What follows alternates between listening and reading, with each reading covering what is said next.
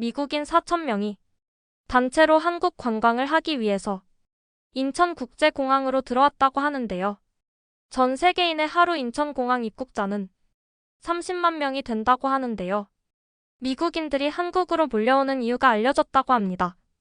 과연 그 이유는 무엇일까요? 그럼 지금부터 오늘의 이야기를 시작해보겠습니다. 안녕하세요. 저는 미국 골던 퍼넨셜 그룹에서 고객 성공 관리자로 일하고 있는 34살 에리커 헨선이에요. 저는 비행기 창문에 얼굴을 바짝 대고 아래로 펼쳐진 서울의 불빛들을 바라봤어요. 마치 100만 개의 작은 다이아몬드 같았어요. 이번 한국 여행은 올해 우리 팀의 놀라운 성과에 대한 보상이었지만 솔직히 말하면 그렇게 신나지는 않았어요. 옆자리에 앉은 런던 출신 동료 해너 파스터에게 저는 하와이를 골랐어야 했다고 생각한다고 작게 말했어요. 해너는 홍보팀에서 일하는데 항상 모든 일의 밝은 면을 찾아내는 것 같아요.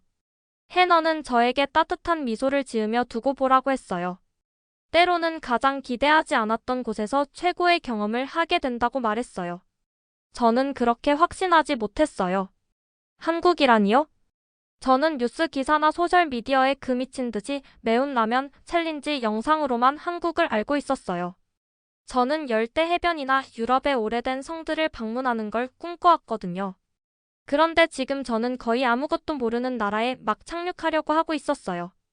우리 비행기가 인천국제공항에 착륙했을 때 한 가지는 인정해야 했어요. 착륙이 정말 놀라울 정도로 부드러웠다는 거예요. 3,000명의 다른 골던 퍼넨셜 그룹 직원들과 함께 터미널을 걸어가면서 저는 완전한 혼란을 예상했어요. 그렇게 많은 사람들이 한 곳에 있으면 악몽이 되어야 정상이잖아요. 그런데 어떻게든 모든 것이 조직적이고 차분하게 느껴졌어요. 입국 심사장에서 해너와 저를 따라잡은 루커. 로마노가 이 자동 게이트가 제대로 작동했으면 좋겠다고 말했어요. 루커는 이탈리아 출신 위험 분석가인데 항상 뭔가에 대해 약간 걱정스러워 보여요. 지금은 여권이 날아갈까 봐 꽉 쥐고 있었어요. 기술이 가장 최악의 순간에 고장나는 경우가 있다는 걸 읽었다고 했어요. 저는 앞사람이 스마트 게이트로 걸어가는 걸 초조하게 지켜봤어요. 그들은 여권을 스캔하고 카메라를 보고 그냥 통과했어요. 아무 문제도 없었어요. 제 차례가 되었을 때 저도 똑같이 했어요. 스캔하고 보고 걸어가고요. 총 10초 정도 걸렸을 거예요.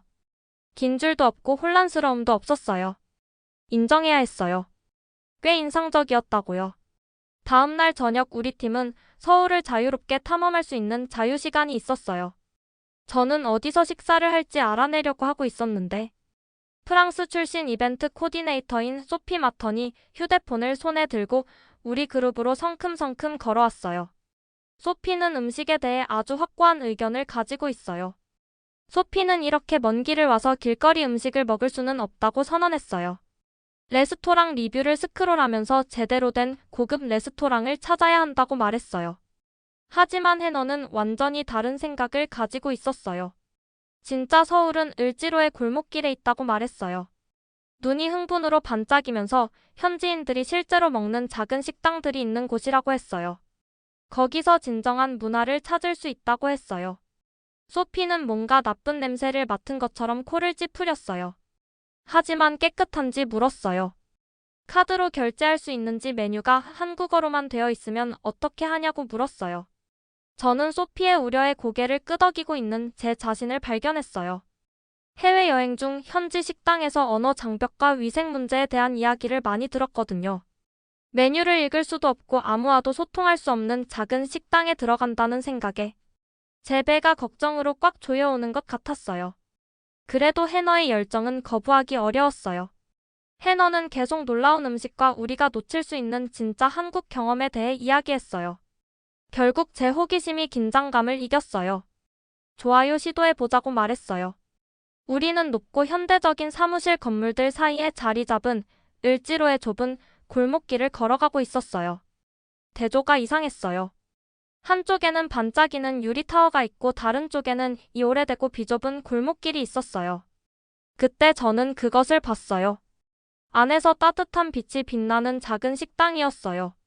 고기가 지글지글 익는 냄새와 마늘 냄새가 즉시 저를 강타했고 모든 긴장에도 불구하고 제 배가 배고픔으로 꼬르륵거렸어요. 주인인 듯한 나이 드신 여성분이 문 앞에서 따뜻한 미소로 우리를 맞이해 주셨어요. 즉시 우리에게 메뉴를 건네주셨고 저는 안도감의 물결이 저를 휩쓸고 지나가는 것을 느꼈어요. 메뉴가 영어로 되어 있었어요. 그뿐만 아니라 각 요리 옆에 사진이 있어서 정확히 무엇을 주문할지 쉽게 볼 수 있었어요. 해너가 메뉴 하단에 인쇄된 작은 QR코드를 가리키며 휴대폰으로 이걸 스캔해보라고 말했어요. 저는 휴대폰을 꺼내 코드를 스캔했어요. 즉시 각 요리에 대한 더 자세한 정보가 담긴 웹페이지가 떴어요. 재료 조리 방법 그리고 가장 중요한 알레르기 유발 물질 경고까지요. 모든 것이 여러 언어로 제공되었어요. 갑각류 알레르기가 있는 소피가 진심으로 감명받은 것처럼 보였어요. 모든 알레르기 유발 물질이 명확하게 나열되어 있다고 말했어요. 휴대폰의 정보를 스크롤하면서 파리의 일부 레스토랑도 이렇게까지 잘하지는 않는다고 했어요. 음식이 나왔을 때 저는 이전의 모든 걱정을 잊어버렸어요. 우리는 불고기를 먹어봤는데 달콤하고 짭짤한 소스에 버무린 얇게 썬 쇠고기였어요. 비빔밥도 먹었는데 밥 위에 채소, 계란, 매운 고추장이 올라간 화려한 그릇이었어요. 그리고 반찬이라고 불리는 작은 반찬들이 있었는데 주인분이 계속 우리 테이블에 가져다 주셨어요. 김치, 무절임, 양념, 시금치요.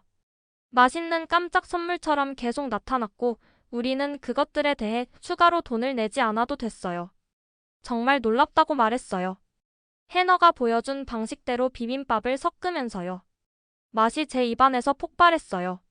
매콤하고 달콤하고 짭짤하고 신선한 맛이 한꺼번에 느껴졌어요. 결제할 시간이 되었을 때 저는 신용카드를 꺼내며 어떤 문제가 생길까 봐 반쯤 걱정했어요. 하지만 식당에는 모든 게 있었어요. 신용카드, 애플페이 같은 모바일 결제를 받았고 심지어 카운터 바로 위에 비접촉 결제 단말기까지 놓여 있었어요. 전체 과정이 약 30초 정도 걸렸어요. 식당을 나서면서 저는 놀라운 또 다른 것을 발견했어요. 골목 벽을 따라 재활용 쓰레기통 시스템 전체가 있었어요. 다양한 종류의 쓰레기를 위한 별도의 용기들이 있었고 모두 한국어와 영어로 명확하게 표시되어 있었어요. 나이 드신 주인분이 우리 테이블의 쓰레기를 조심스럽게 분류하고 계셨어요. 음식물 쓰레기는 한 통에, 플라스틱은 다른 통에, 종이는 세 번째 통에 넣으셨어요. 골목 자체도 좁고 낡아 보이는데도 불구하고 놀랍도록 깨끗했어요. 바닥에 쓰레기가 없었어요. 식당에서 나오는 맛있는 향기를 제외하고는 역겨운 냄새도 없었어요. 제가 예상했던 것과는 전혀 달랐어요. 소피가 큰 길로 돌아가면서 해너의 팔에 자신의 팔을 끼며 말했어요. 인정한다고 해너가 옳았다고 했어요. 이것이 어떤 5성급 레스토랑보다 더 기억에 남을 거라고 했어요. 저는 미소를 지으며 제 안에서 뭔가가 변화하는 것을 느꼈어요. 제 이전 회의론에 작은 균열이 생겼어요. 어쩌면 한국은 제가 인정했던 것보다 더 많은 것을 가지고 있을지도 몰라요. 어쩌면 제가 생각했던 것보다 더 많은 것을 여기서 발견할 수 있을지도 몰라요. 그 주 후반에 일본 출신 데이터 분석가인 어키러 사토가 아이디어를 가지고 저에게 다가왔어요. 어키러는 평소에 꽤 조용한 편이어서 그가 뭔가에 대해 흥분하면 사람들이 귀를 기울이는 경향이 있어요. 오늘 밤 공공 자전거를 빌려서 한강을 따라 달리자고 말했어요. 눈이 열정으로 빛나면서 그것에 대해 읽어봤는데 정말 놀라울 것 같다고 했어요. 제 즉각적인 반응은 고개를 젓는 것이었어요. 밤에요, 그게 안전한가요? 하고 물었어요. 시카고에 있는 집에서 저는 어두워진 후에 공원에 거의 가지 않았어요. 뉴스는 항상 강도와 더 나쁜 일들에 대한 이야기로 가득했거든요. 밤에 낯선 도시를 자전거로 달린다는 생각에 제 불안감이 치솟았어요. 어키러가 자전거 도로가 조명이 잘 되어 있다고 설명했어요. 사진과 정보를 보여주려고 휴대폰을 꺼내면서요. 게다가 자전거 대여소가 어디에나 있다고 했어요. 매우 편리하고 안전하다고 했어요. 저는 그의 휴대폰에 있는 사진들을 봤어요. 밝은 조명과 많은 사람들이 있는 강을 따라 펼쳐진 넓은 길을 보여주고 있었어요. 하지만 여전히 저는 확신하지 못했어요. 잘 모르겠다고 말했어요. 해너가 우리 옆에 나타나며 말했어요. 에리커, 언제 다시 이런 식으로 서울을 볼 기회가 있겠냐고 했어요. 게다가 자기도 간다고 했어요. 함께 붙어 다니자고 했어요. 심지어 루커도 오기로 동의했는데 평소에 저보다 훨씬 더 모든 것을 걱정하는 편이라 놀라웠어요. 제 더 나은 판단에 반하여 저는 제가 좋다고 말하는 것을 들었어요. 그날 저녁 우리 넷은 한강을 따라 있는 지역 중 하나인 여의도로 지하철을 탔어요. 지하철역에서 계단을 올라 강변에 도착하자마자 제 두려움이 녹기 시작하는 것을 느꼈어요.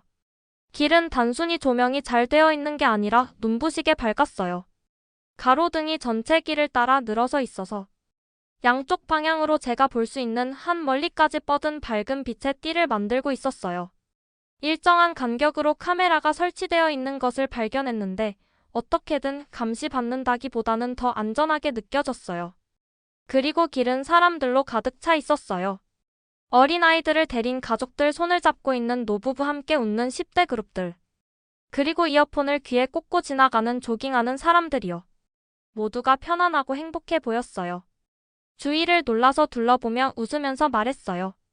정오의 미시간 애비뉴보다 더 붐빈다고요. 자전거 대여 시스템은 믿을 수 없을 정도로 간단한 것으로 드러났어요. 어키러가 우리 휴대폰에 앱을 다운로드하는 방법을 보여줬어요. 몇 분 안에 우리는 각각 계정을 만들고 앱의 지도를 사용하여 근처 자전거를 찾았고 핸들바에 있는 QR코드를 스캔하여 자전거 잠금을 해제했어요. 전체 과정이 5분 정도 걸렸고 우리는 한 사람과도 대화하거나 복잡한 기계를 알아낼 필요가 없었어요. 해너가 이미 얼굴에 환한 미소를 지으며 자전거에 앉아서 물었어요. 준비됐냐고요? 우리는 길을 따라 페달을 밟기 시작했고 저는 즉시 모든 것이 얼마나 잘 설계되어 있는지 알아챘어요. 길이 넓었어요. 정말 넓었어요. 자전거와 보행자를 위한 차선이 명확하게 표시되어 분리되어 있었어요. 바닥에 페인트 선이 어느 방향으로 가야 하는지 보여줬어요. 표지판이 정기적으로 나타나서 다양한 랜드마크와 휴게 공간까지의 거리를 보여줬어요. 아무도 서로 충돌하지 않았어요. 아무도 소리를 지르거나 혼란스러워 보이지 않았어요. 모두가 자연스럽게 규칙을 이해하고 따르는 것처럼 보였어요. 완벽하게 안무된 춤을 보는 것 같았지만 아무도 연습한 적이 없었어요. 제가 페달을 밟을 때 따뜻한 저녁 공기가 제 얼굴을 스쳐 지나갔어요. 제 왼쪽으로는 한강이 어둡고 평화롭게 뻗어 있었고 맞은편 강둑의 건물들에서 나오는 불빛이 수면 위에서 춤추고 있었어요. 제 오른쪽으로는 서울의 스카이라인이 밤하늘을 배경으로 빛났어요. 현대적인 고층 빌딩과 빛의 상자처럼 쌓인 아파트 건물들의 부드러운 불빛이 섞여 있었어요. 제 옆에서 달리고 있는 해너에게 소리쳐 말했어요. 정말 아름답다고요. 해너가 돌아서서 저한테 내가 말했잖아. 시계 미소를 지었지만 잘난 척하는 게 아니라 따뜻하고 다정했어요. 봤죠? 때로는 그냥 믿어야 한다고 했어요. 우리는 약 30분 동안 달렸어요. 길이 충분히 넓을 때는 4명이 나란히 달렸고 다른 자전거를 타는 사람들이나 보행자 그룹을 지나갈 때는 일렬로 늘어섰어요. 강에서 불어오는 바람이 완벽하게 느껴졌어요. 너무 춥지 않고 운동하면서 상쾌함을 느낄 정도로만 시원했어요. 우리의 라이딩 중간에 우리는 휴게 공간 중 하나 근처의 편의점에 들렀어요. 가게는 작았지만 밝게 빛나고 있었고 24시간 영업한다는 것을 보고 놀랐어요. 창문을 통해 음료, 간식, 즉석 식사. 그리고 제가 알아보지 못하는 온갖 종류의 제품들로 가득 찬 선반을 볼 수 있었어요. 젊은 직원이 우리가 들어가자 올려다봤고 우리가 제품의 한국어 라벨을 읽으려고 애쓰는 혼란스러운 얼굴을 알아차렸을 때 즉시 영어로 우리를 맞이했어요. 안녕하세요, 뭔가 찾는 것을 도와드릴까요? 하고 물었어요.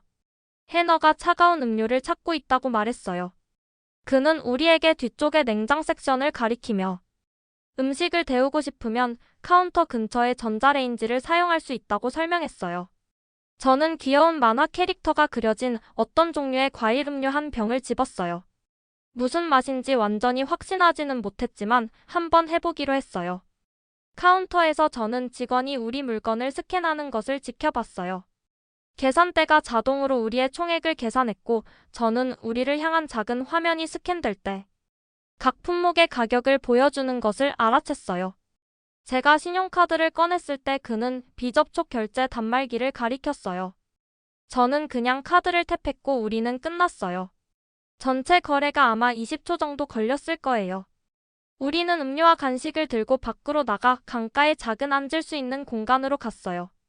벤치들이 물을 향해 있었고 몇몇 다른 사람들이 흩어져 있었어요.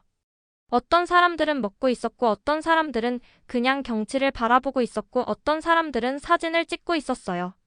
우리는 빈 벤치를 찾아 앉아서 음료를 열고 어두운 물 위에 반사되는 도시의 불빛을 바라봤어요. 해너가 음료를 한 모금 마시며 말했어요. 이것에 대해 뭘 사랑하는지 아냐고 물었어요. 너무 평범하게 느껴진다고 했어요. 이곳 사람들이 그냥 하는 일 같다고 했어요.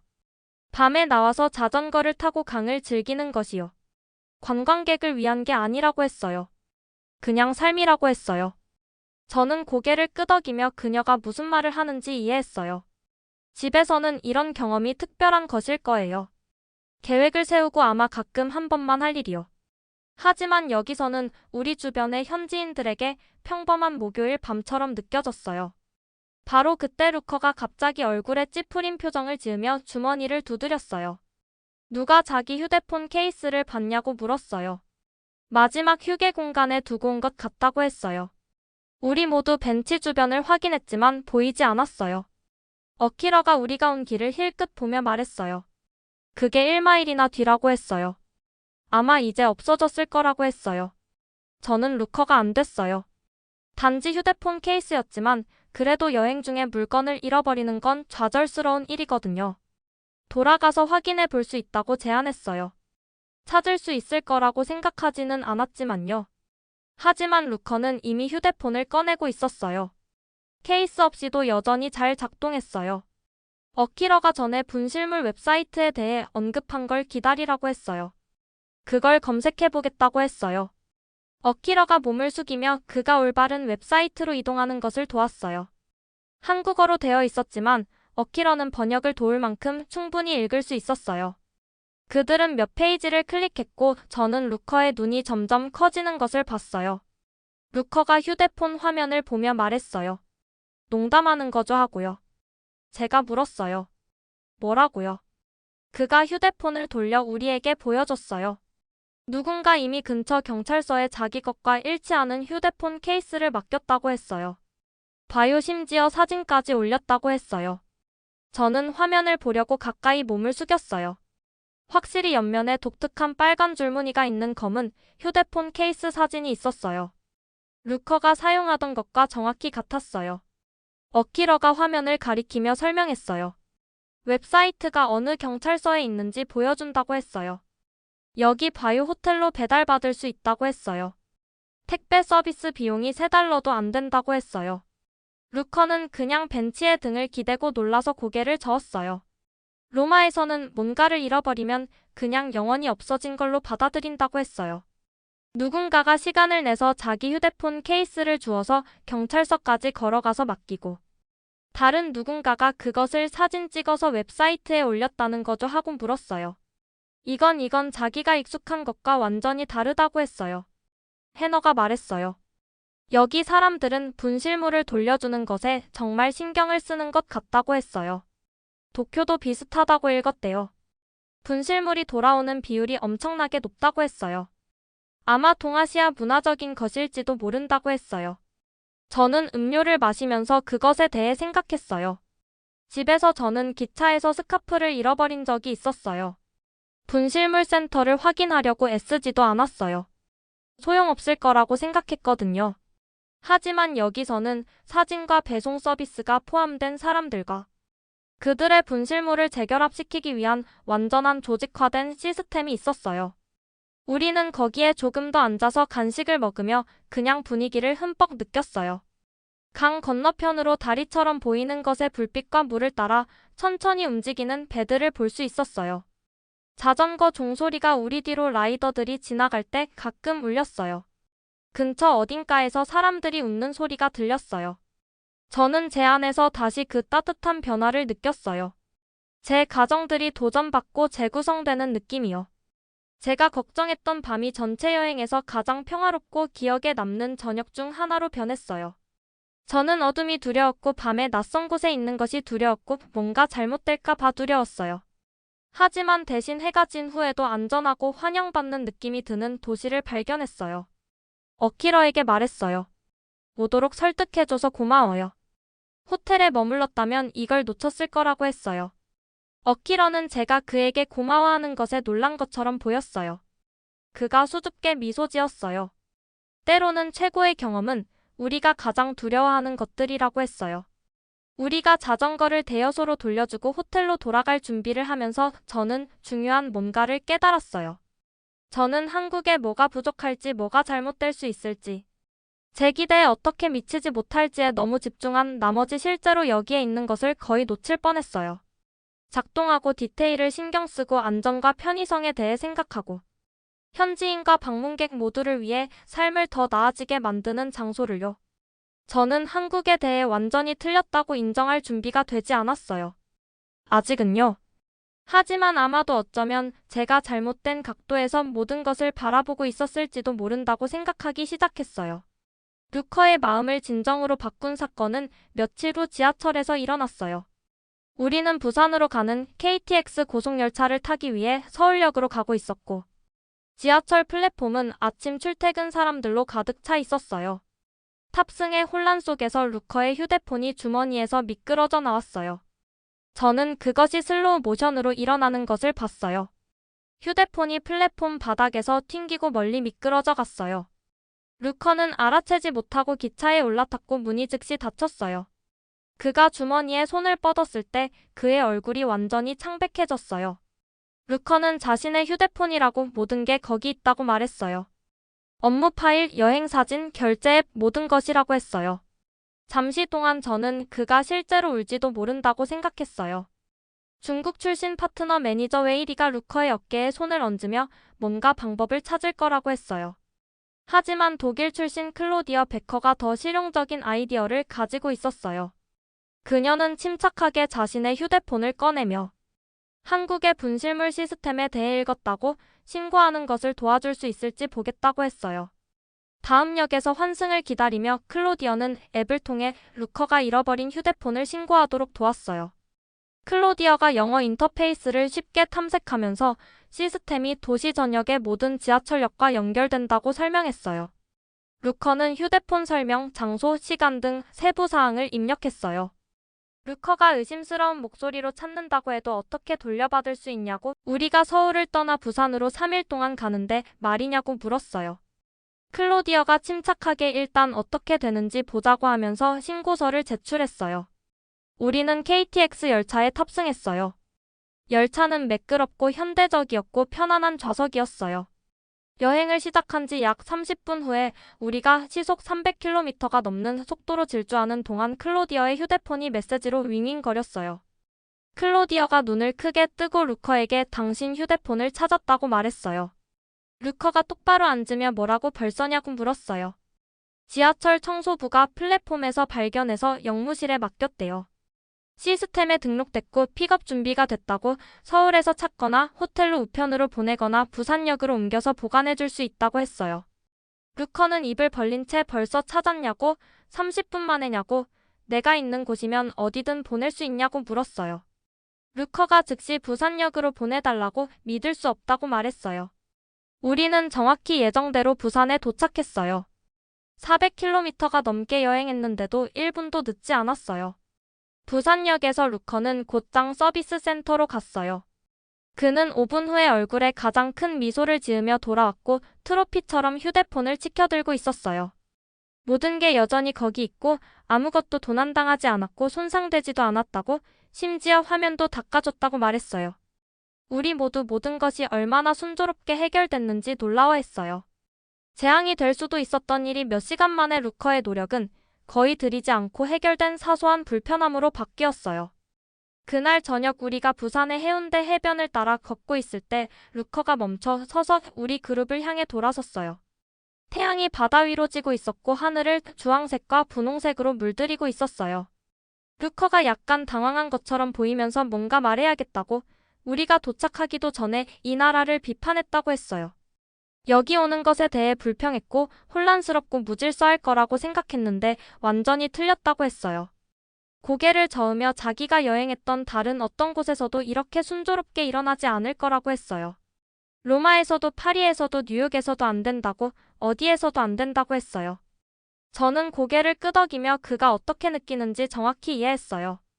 저도 조금씩 제 자신의 관점 변화를 경험하고 있었거든요. 한국은 단지 차갑고 기계적인 방식으로 효율적인 것만이 아니었어요. 언어를 못하고 문화를 모르는 우리 같은 방문객을 포함해서 모든 사람의 삶을 더 쉽게 만들기 위해 설계된 것처럼 보였어요.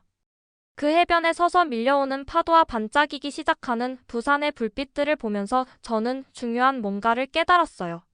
저는 실망할 것을 기대하며 한국에 왔어요. 문제를 찾고 제 초기 회의론을 확인할 이유를 찾고 있었어요. 하지만 한국은 계속 저를 놀라게 했어요. 화려한 관광 명소가 아니라 그냥 작동하는 작고 사려 깊은 시스템들로요. 현지인이나 VIP만이 아니라 모든 사람들을 신경 쓰는 것처럼 보이는 시스템들로요. 저는 여전히 질문이 있었어요. 하지만 어쩌면 제 첫인상이 완전히 틀렸을지도 모른다고 생각하기 시작했어요. 우리 여행의 마지막 행사는 아시아 최대 컨벤션 센터 중 하나인 코엑스에서 3,000명의 골던 퍼넨셜 그룹 직원 전체를 위한 대규모 갈라 디너였어요. 저는 현지 이벤트 팀과 조율을 돕도록 임명되었고, 이는 이렇게 거대한 모임이 어떻게 조직되는지 무대 뒤에서 볼 수 있다는 것을 의미했어요. 의료 배경을 가진 클로디어는 특히 안전에 대해 걱정했어요. 깔끔한 정장을 입은 젊은 여성인 한국 이벤트 코디네이터에게 3,000명이 한 공간에 있을 때 비상 계획은 무엇이냐고 물었어요. 코디네이터는 그 질문에 전혀 기분 나빠하지 않는 것 같았어요. 대신에 미소를 지으며 태블릿을 꺼내서 장소의 상세한 3D 시뮬레이션을 열었어요. 저는 몸을 숙여보면서 제가 보고 있는 것에 놀랐어요. 코엑스 볼룸 전체가 3차원으로 매핑되어 있었고 모든 테이블에 번호가 매겨져 있었고 모든 비상구가 밝은 빨간색으로 명확하게 표시되어 있었고 의료 스테이션은 작은 십자가 기호로 표시되어 있었고 대피 경로는 다양한 색상으로 강조 표시되어 있었어요. 코디네이터가 다양한 화면을 스와이프하면서 설명했어요.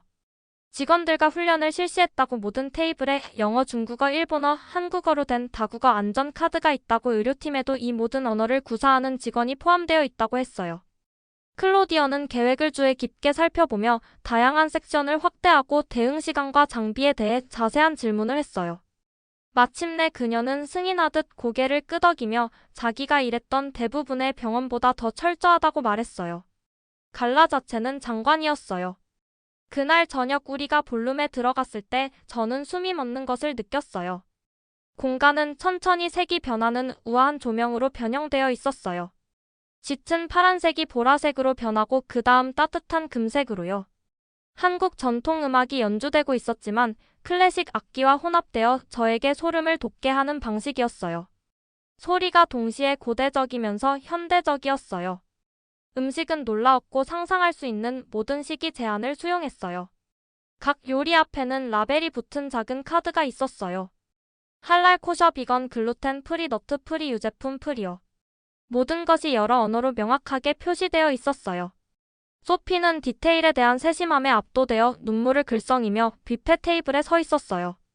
소피가 저에게 모든 것을 생각했다고 모든 것 하나하나를 생각했다고 속삭였어요.